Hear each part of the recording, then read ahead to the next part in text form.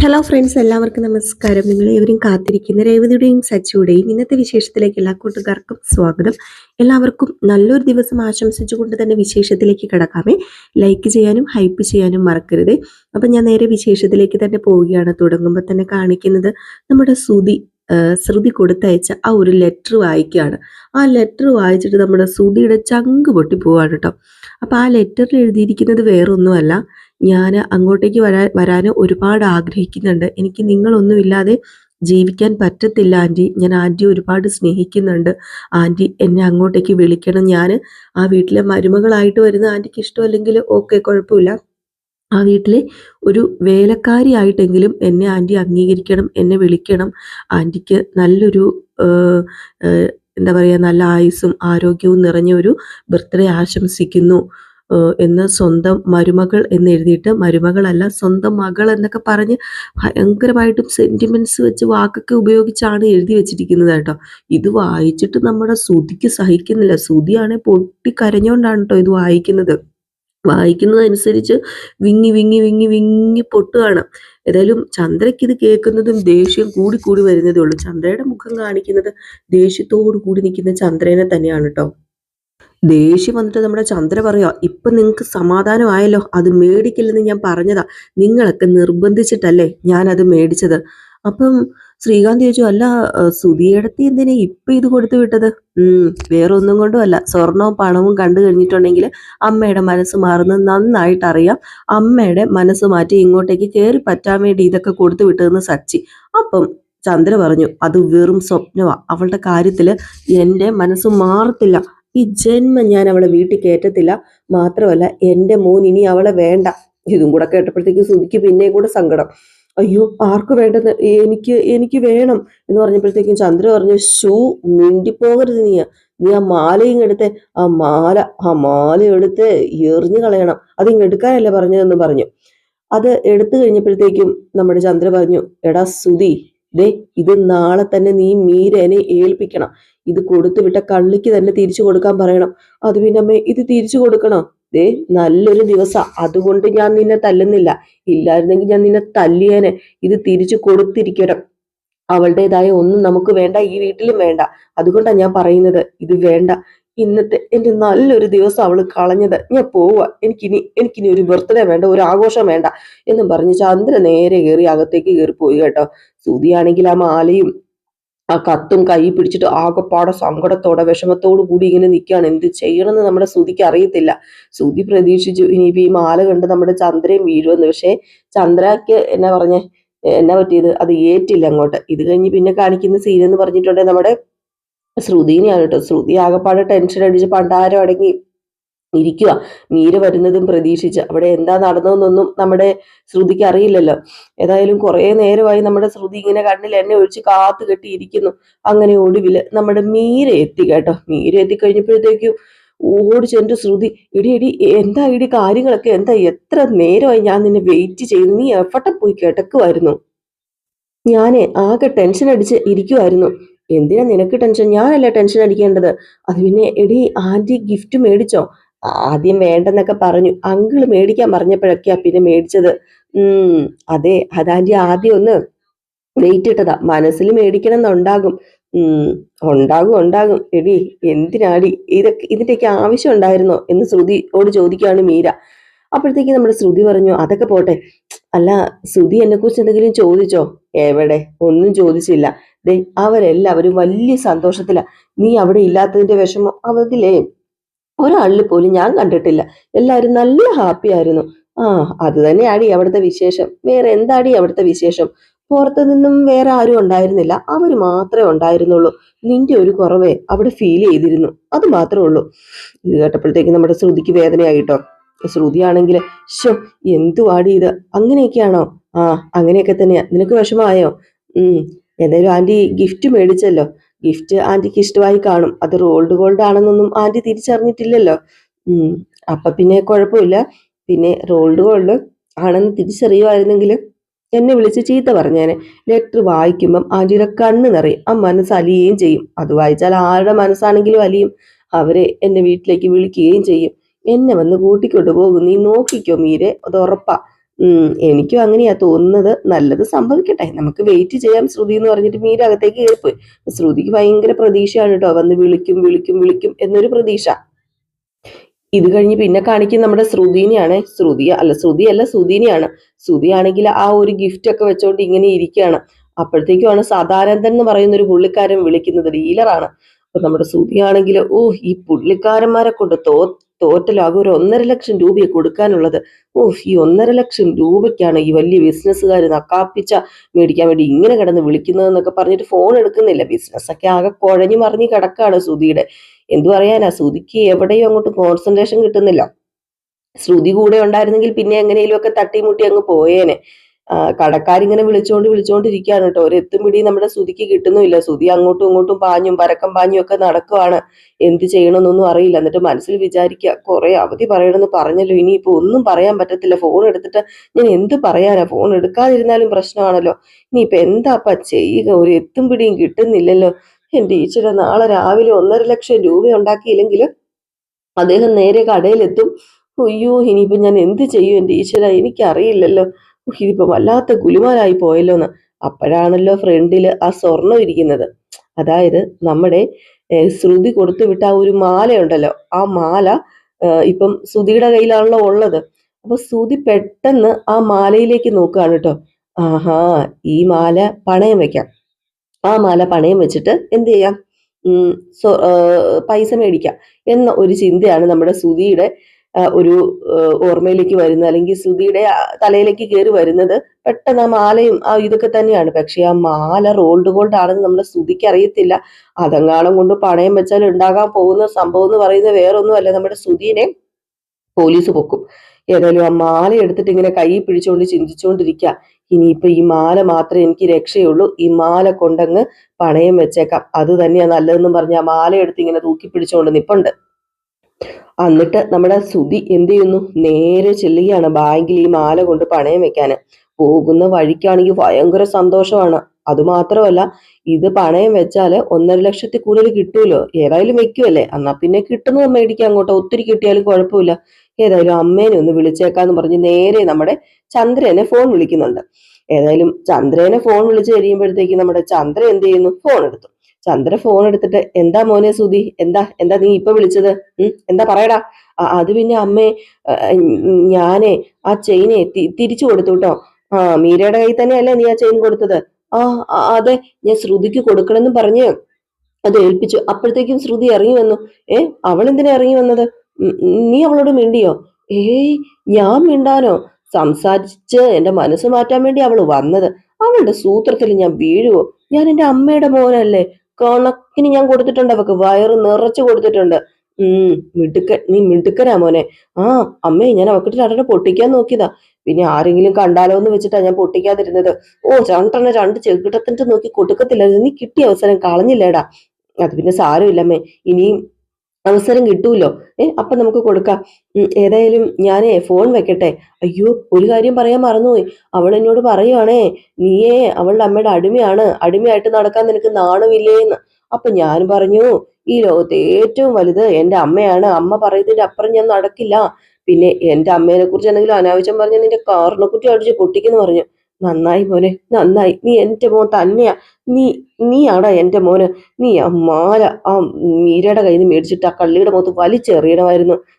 ഞാനങ്ങനെ ചെയ്തമ്മേ. മീരയുടെ കയ്യിൽ നിന്ന് മേടിച്ചിട്ട് ആ ചെയിൻ അങ്ങോട്ട് വലിച്ചവളുടെ മുഖത്തേക്ക് അങ്ങോട്ട് എറിഞ്ഞു കൊടുത്തു. മേലാൽ ഇത് ആവർത്തിക്കരുതെന്ന് ഞാൻ പറഞ്ഞു. അങ്ങനെ വേണം മോനെ, അങ്ങനെ തന്നെ വേണം. ആ ചെയിനും കൈ പിടിച്ചിട്ട് അവള് പൊട്ടിക്കരഞ്ഞോണ്ടാ പോയത്. അത്രമാത്രം വിഷമമായി പോയി അവക്ക്.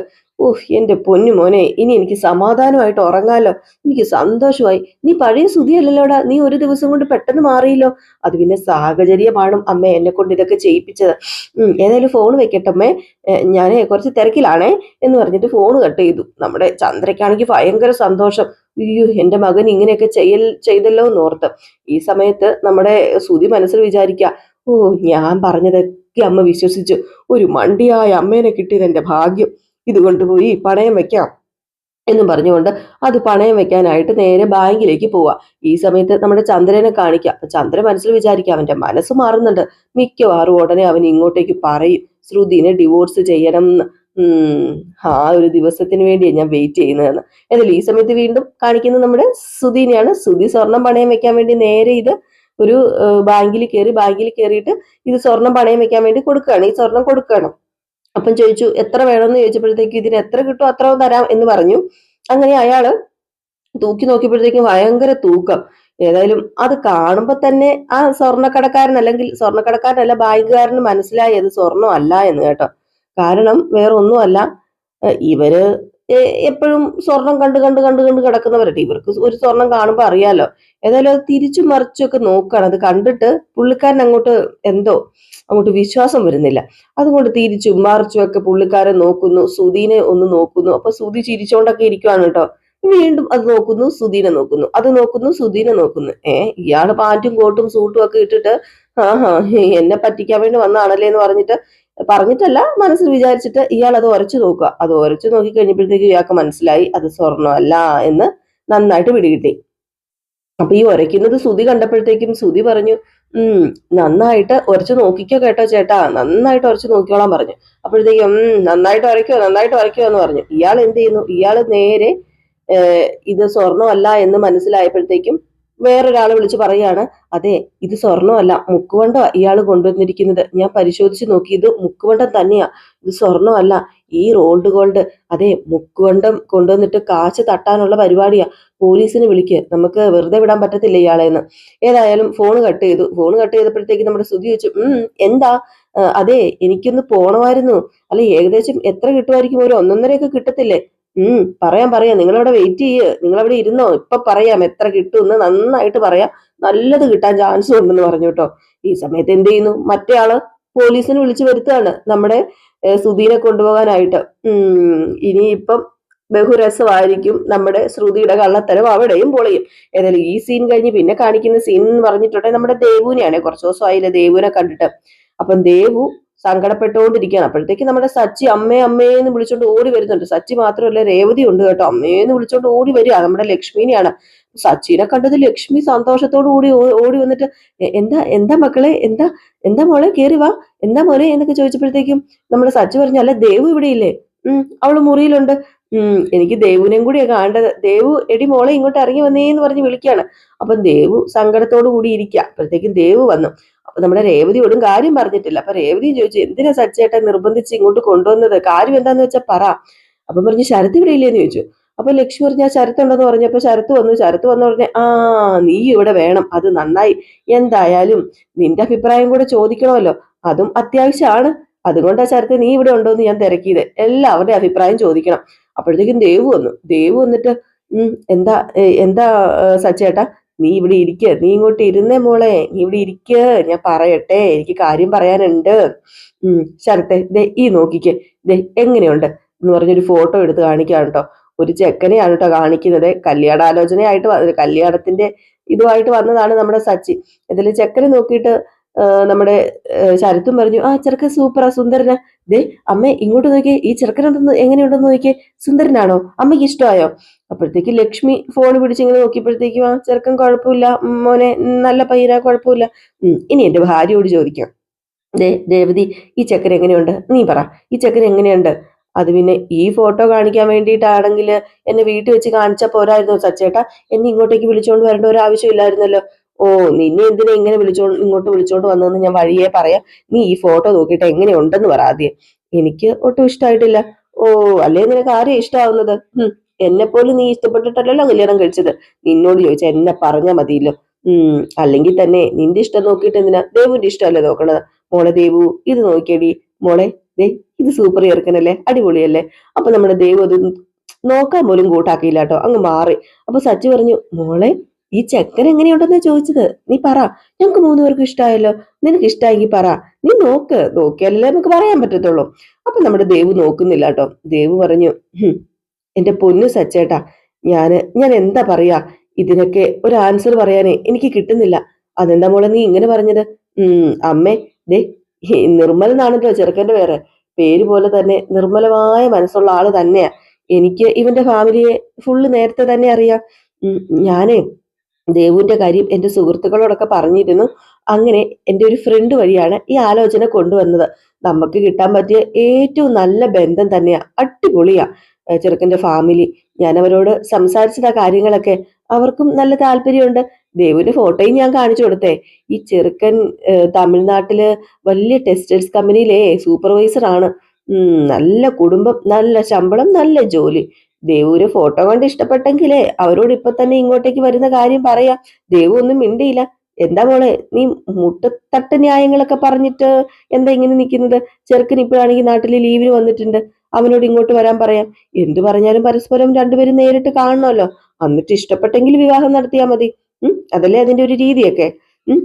ഫോട്ടോ കണ്ട ദേവുവിന് ഇഷ്ടാവൂന്ന് എനിക്ക് നന്നായിട്ട് അറിയായിരുന്നു. നല്ല ചെക്കനല്ലേ, സുന്ദരനല്ലേ. അവൻ ഇങ്ങോട്ട് വരുമ്പം നീയും കൂടി ഇവിടെ വേണ്ടേ രേവതി? അതും കൊണ്ടാ നിന്നെയും കൂട്ടിക്കൊണ്ട് വന്നത്. ഇപ്പൊ തന്നെ നമുക്ക് അവരെ വിളിക്കാം. അവർക്ക് ഇഷ്ടപ്പെടുകയാണെങ്കിൽ ഉറപ്പായിട്ട് നമുക്ക് ഇപ്പൊ തന്നെ വിളിച്ചിട്ട് കാര്യങ്ങളെല്ലാം സെറ്റാക്കാം. എന്തായാലും ദേവുവിന് ഇഷ്ടമായല്ലോ അല്ലെ? അതായിരിക്കുമല്ലോ ദേവുവിനും മിണ്ടാത്തത്. ഇത്രയും സുന്ദരനായ ഒരാളെ ആരാ ഇഷ്ടപ്പെടാതിരിക്കുന്നത്? ഞാന് അവരെ വിളിച്ച് വരാൻ പറയട്ടെ എന്ന്. അപ്പോഴത്തേക്ക് നമ്മുടെ ദേവു ഒന്നും മിണ്ടുന്നില്ല കേട്ടോ. ദേവു എന്ത് മിണ്ടാനാണ്? ദേവു മിണ്ടാൻ തുടങ്ങിയപ്പോഴത്തേക്കും സച്ചി ആണെങ്കിൽ എന്തൊക്കെയോ പറഞ്ഞ് വായു അടപ്പിച്ചു. ഇതൊക്കെ കണ്ടു കഴിഞ്ഞിട്ട് ലക്ഷ്മി ചിരിച്ചോണ്ട് നിപ്പുണ്ട്. അപ്പം ലക്ഷ്മി ഒന്നും മറുപടിയും പറയുന്നില്ലേ. അപ്പൊ എല്ലാവരും മറുപടി പറയാതിരുന്നപ്പോ ഞാൻ ഇപ്പൊ തന്നെ വിളിക്കാന്ന് പറഞ്ഞ് വിളിക്കാൻ തുടങ്ങിയപ്പോഴത്തേക്കും ദേവ് പറഞ്ഞു, വേണ്ട, വിളിക്കേണ്ട സച്ചേട്ടാ. അതെന്താ നീ അങ്ങനെ പറഞ്ഞത്? നിനക്ക് ഇഷ്ടായില്ലേ? സച്ചേട്ടാ, അദ്ദേഹത്തിന് തമിഴ്നാട്ടിലല്ലേ ജോലി. എനിക്കാണെങ്കിൽ ഇവിടെയോ ജോലി. ഓ ഓ ഓ, അത് ശരിയാണല്ലോ അല്ലെ? അതെ, കല്യാണം കഴിഞ്ഞ് ഒന്നിച്ച് കഴിയണം. അതുകൊണ്ട് ഇത് ശരിയാവത്തില്ല. ഞാന് ആ കാര്യം അങ്ങ് വിട്ടുപോയി. അല്ല, കല്യാണം കഴിഞ്ഞിട്ടുണ്ടെങ്കിൽ അവൻ നിന്നെ അങ്ങോട്ട് കൊണ്ടുപോകായിരിക്കും. ഇവിടുത്തെ ജോലിയൊക്കെ അങ്ങ് പോട്ടെ. അവിടെ ഇരട്ടി ശമ്പളം കിട്ടുന്ന ജോലി ശരിയാക്കി തരില്ലേ? അതവൻ പറഞ്ഞായിരുന്നു. പിന്നെ എന്താ, നിനക്ക് അവിടെ ആണെങ്കിലും ജോലി ചെയ്യാമല്ലോ. നിന്റെ ആഗ്രഹം പോലെ തന്നെ രണ്ടുപേർക്കും ഒരുമിച്ച് ഒരുമിച്ച് ജീവിക്കാം അവിടെ. അത് പിന്നെ ഇവിടത്തെ ജോലി ഒഴിവാക്കുന്നതിനോട് എനിക്ക് താല്പര്യമില്ല സച്ചേട്ടാ. ഞാൻ ഒത്തിരി ഒന്നും ആയില്ലല്ലോ ഇവിടെ കയറിയിട്ട്. മാത്രമല്ല ഇവിടെ അത്യാവശ്യം ശമ്പളമൊക്കെ ഉണ്ട്. നിങ്ങളെയൊക്കെ കണ്ട് ഈ നാട്ടിൽ കഴിയുന്നതിന്റെ സുഖം അത് തമിഴ്നാട്ടിൽ ചെന്നാൽ കിട്ടത്തില്ലല്ലോ. അത് വേറെ തന്നെയല്ലേ. അതുകൊണ്ട് എനിക്ക് വേണ്ട ഈ കല്യാണം. എനിക്ക് നാട്ടിൽ ജോലിയുള്ള ഒരാൾ മതി. ഓ, നിന്റെ ഡിമാൻഡ് എന്തൊക്കെയാണെന്ന് ചോദിക്കാൻ ഞാനിങ്ങ് വിട്ടുപോയി. ഏതായാലും ഇപ്പൊ എനിക്ക് ഡിമാൻഡ് ഒക്കെ മനസ്സിലായി. കുഴപ്പമില്ല, ഞാൻ നാട്ടിൽ ജോലിയുള്ള വേറെ ആരെങ്കിലും തിരക്കാം, അന്വേഷിക്കാം എന്ന് പറഞ്ഞു. അപ്പം ദൈവം ഒന്നും മിണ്ടിയില്ല. ദൈവം അകത്തേക്ക് കയറി പോയിട്ടോ. അപ്പോഴത്തേക്ക് നമ്മുടെ സച്ചി പറഞ്ഞു, ദേ കണ്ടോ കണ്ടോ, അവളുടെ മനസ്സ് മാറുന്നുണ്ട്, നന്നായിട്ട് മാറുന്നുണ്ട്. അവൾ ആ ചെകുത്താനം മറന്നു തുടങ്ങിയിട്ടുണ്ട്. ഇതിനു വേണ്ടിയാ ഞാൻ വെയിറ്റ് ചെയ്തത്. അതുകൊണ്ടാണല്ലോ നാട്ടിൽ ജോലിയുള്ള ഒരാൾ മതിയെന്ന് അവൾ പറഞ്ഞത്. നിങ്ങൾ കണ്ടോ? ദേ, ഇതിനേക്കാൾ നല്ലൊരു ബന്ധം ഞാൻ ദേവുവിന് കൊണ്ടുവരും. നമ്മളെല്ലാവരും ഒരുമിച്ച് കല്യാണം നടത്തും. അവളുടെ കല്യാണം ഗംഭീരമായിട്ട് അടിപൊളിയായിട്ട് നമുക്ക് പെട്ടെന്ന് നടത്തണം. അതിനുവേണ്ടിയാ ഞാൻ ഈ നെട്ടോട്ട് ഓടുന്നത്. അവളുടെ കണ്ണുനീര് ഇനി വീഴാൻ പാടില്ല എന്നൊക്കെ. ഏതായാലും ഈ സമയത്ത് ദേവു ഇങ്ങനെ വിഷമിച്ച് ഇരിപ്പുണ്ട്. ഈ ഒരു സീൻ കാണിച്ചിട്ടാട്ടോ ഇന്നത്തെ വിശേഷം അവസാനിക്കുന്നത്. അപ്പൊ എല്ലാവരും കാത്തിരിക്കുക അടുത്ത വിശേഷത്തിനായിട്ട്. അടുത്ത വിശേഷവുമായിട്ട് കാണാം. ലൈക്ക് ചെയ്യാനും ഹൈപ്പ് ചെയ്യാനും ഒന്നും മറക്കരുത്. ആരെങ്കിലും ആദ്യമായിട്ട് കാണുന്നുണ്ടെങ്കിൽ സബ്സ്ക്രൈബും ചെയ്യണേ.